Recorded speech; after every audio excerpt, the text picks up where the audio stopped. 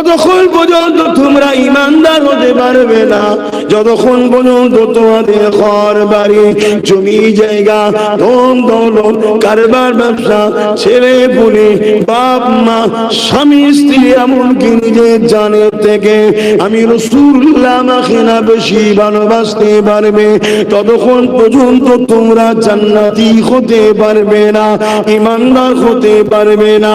আর যার মধ্যে ঈমান না সে কোনোদিন জান্নাতে যাবে না।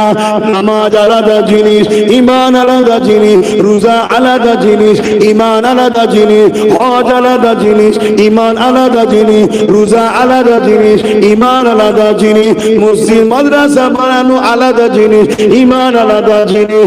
ঈমান হলো রাসূলুল্লাহকে জানের থেকে বেশি ভালোবেসে আদবের সাথে মেনে নেওয়া, নামাজ রোজাদারি টুপি হজ মসজিদ মাদ্রাসা বানানো দান খায়রাত এগুলো যখন ঈমানদাররা করবে আল্লাহ পাক তাদেরকে নেকি দেবে ভালো কাজ করার জন্য।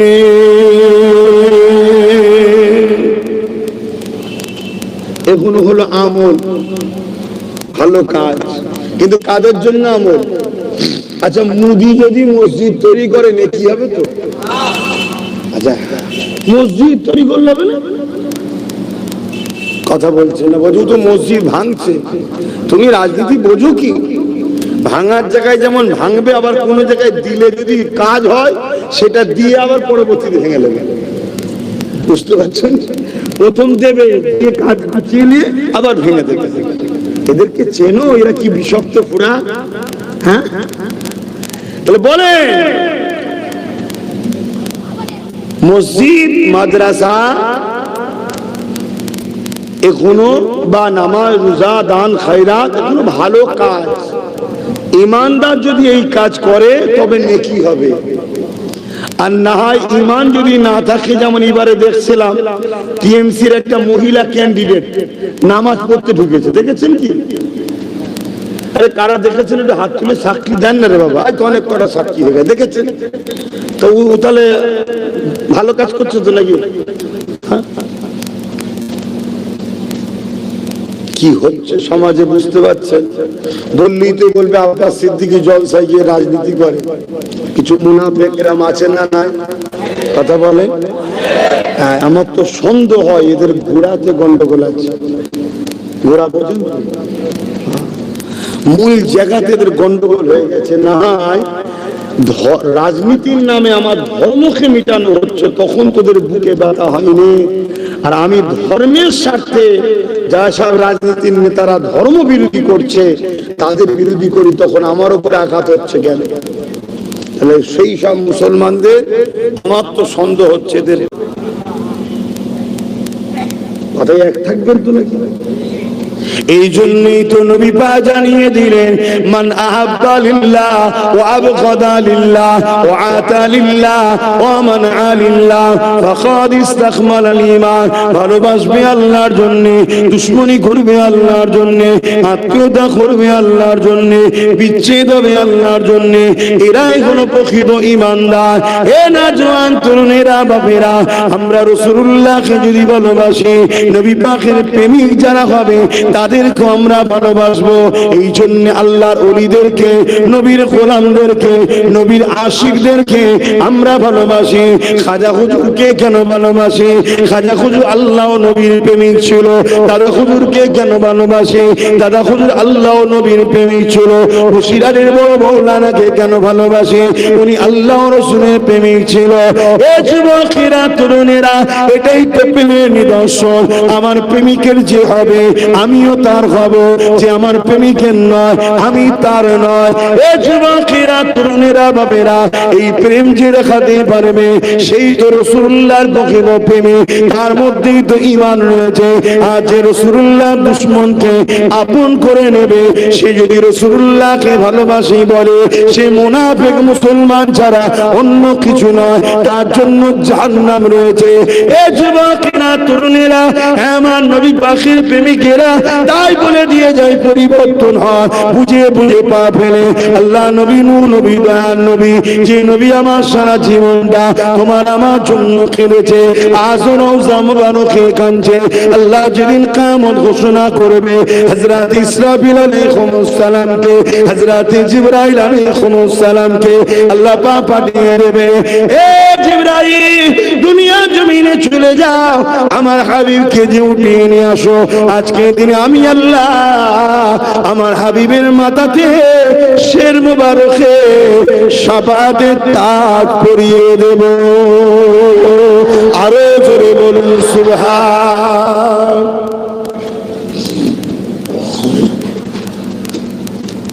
তাহলে কিন্তু সব বরবাদ হয়ে যাবে।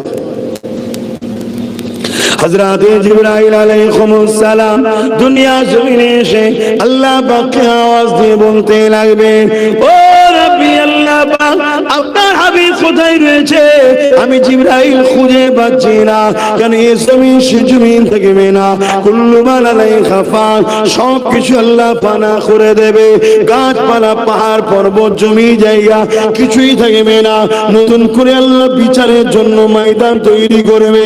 এই সময় সাল্লাম জিজ্ঞাসা করতে লাগবে, ও রব্বি আল্লাহ, আপনার হাবিব কোথায়? আমি জিবরাইল খুঁজে পাচ্ছি না। আল্লাহ পাক এই সময় বলতে লাগবে, এই জিবরাইল দুনিয়া জমিনে কান লাগিয়ে লাগিয়ে শোনো, যে জায়গা থেকে দেখবে কান্নার আওয়াজ আসছে, ওই জায়গাতে কান লাগিয়ে লাগিয়ে লাগিয়ে দেখো। যে জায়গা থেকে দেখবে কান্নার আওয়াজ আসছে, ওই জায়গাতে আমার হাবিব তিনা গুনাহগার উম্মত উম্মতিদের জন্য কাঁদতেছে। আরো জোরে বলুন সুবহান। এই নবীকে মহব্বত করেন না? আজও আমাদের জন্য কাঁদছে। সেই নবীর দিনের যারা দুশমন হবে তাদেরকে আমরা আপন করতে পারি? সেই নবীর দিনের দুশমন আমার ভাইও হয়ে যায়, সেই ভাইয়ের সঙ্গে সম্পর্ক রাখা যেতে পারে? খুব সাবধান। আজ পুরো দুনিয়া জুড়ে ষড়যন্ত্র চলছে ইসলাম ও মুসলমানকে মিটিয়ে দিবার। প্যালেস্তাইন আমাদেরকে মিটানো হচ্ছে, মসজিদ আকসাতে বোম চার্জ করা হচ্ছে, সুদানেতে মুসলমানদেরকে গণহত্যা করা হচ্ছে। আমার ভারতবর্ষের উত্তরপ্রদেশ থেকে শুরু করে সর্ব জায়গাতে মুসলমানদের উপরে হত্যা লীলা চলছে। মসজিদ মাদ্রাসাকে পর্যন্ত শেষ করে দেওয়া হচ্ছে। 2002 গুজরাটের মতো দাঙ্গাতে যার হাত রঙিন হয়ে রয়েছে, তাকে ফুলের মালা পর্যন্ত আমার রাজ্য সরকার পাঠিয়েছিল, মনে আছে না?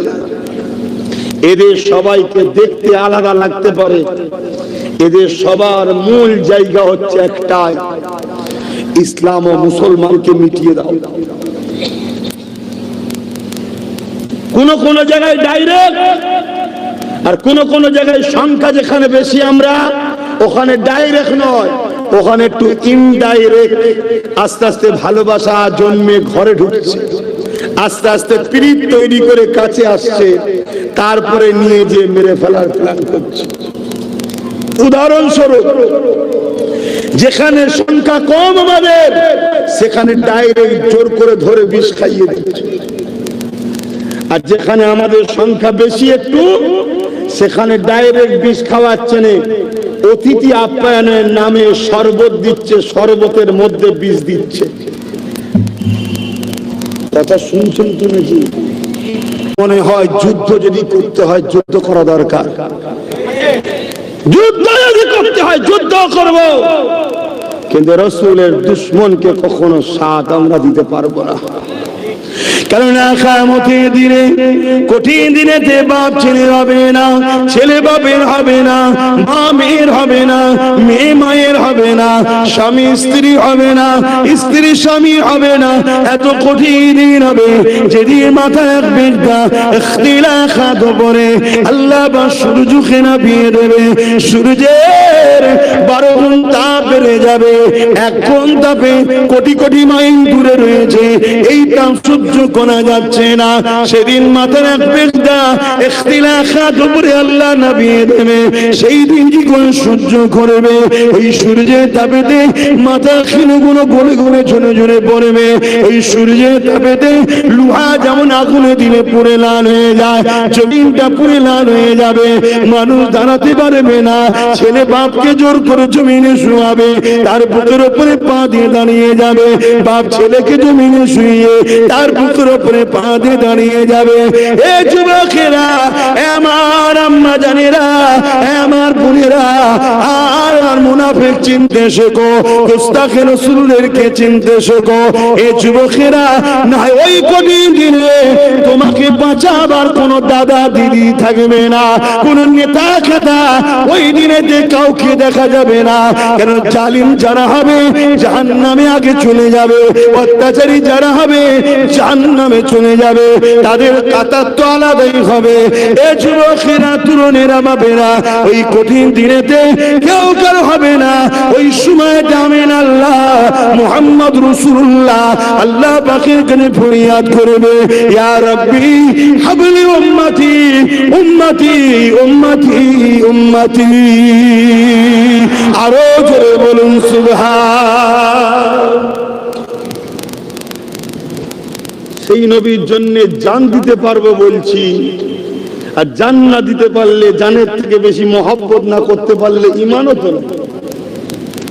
সেই নবীর বিরুদ্ধে কেউ চরিত্রহীন নারী কিছু মন্তব্য করবে, আর তার বিরুদ্ধে আমি কথা বলতে যাব, আর আমার রাজ্য সরকার বলবে ট্রেন ধরে চলে যাও, ওখানে না হয় তেল পুলিশ হবে, কেস হবে, মামলা হবে।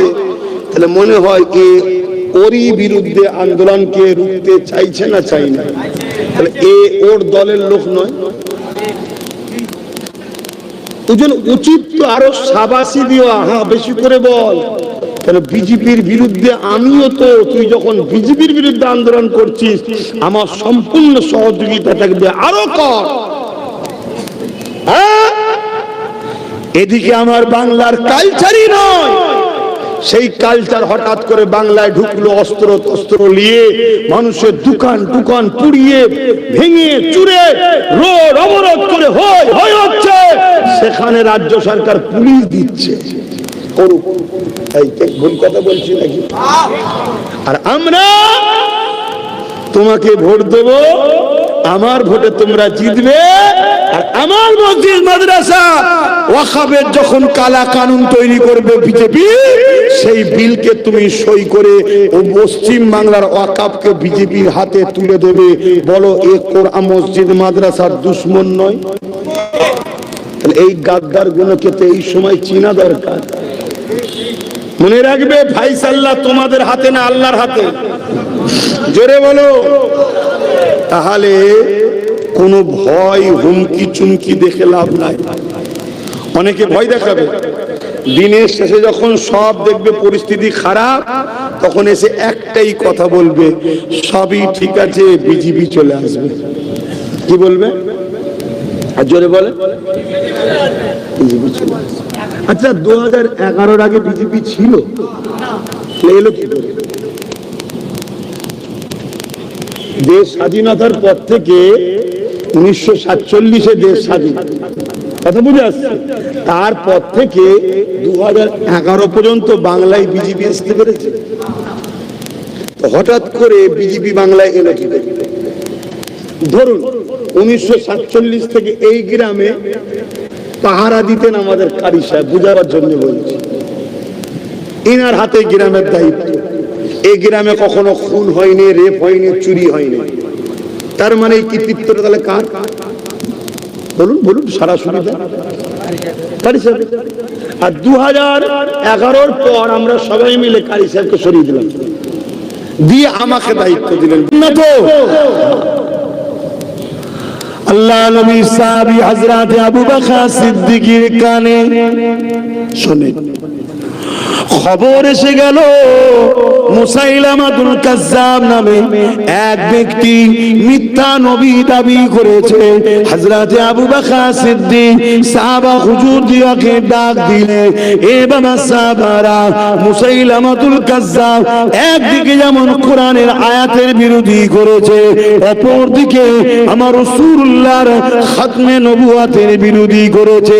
মুহাব্বত কাকে বলে একটু মন দিয়ে শোনে। শুধু বলবেন নবীকে ভালোবাসি আর ঝান্ডা ধরে বেড়াবেন নবীর দিনের দুশমনদের। নবীকে ভালোবাসি বলবে আর ভোট দিবার সময় নবীর দুশমনদেরকে শক্তিশালী করবে। এই গাদ্দারির শাস্তি আল্লাহ দেবে আপনাদের।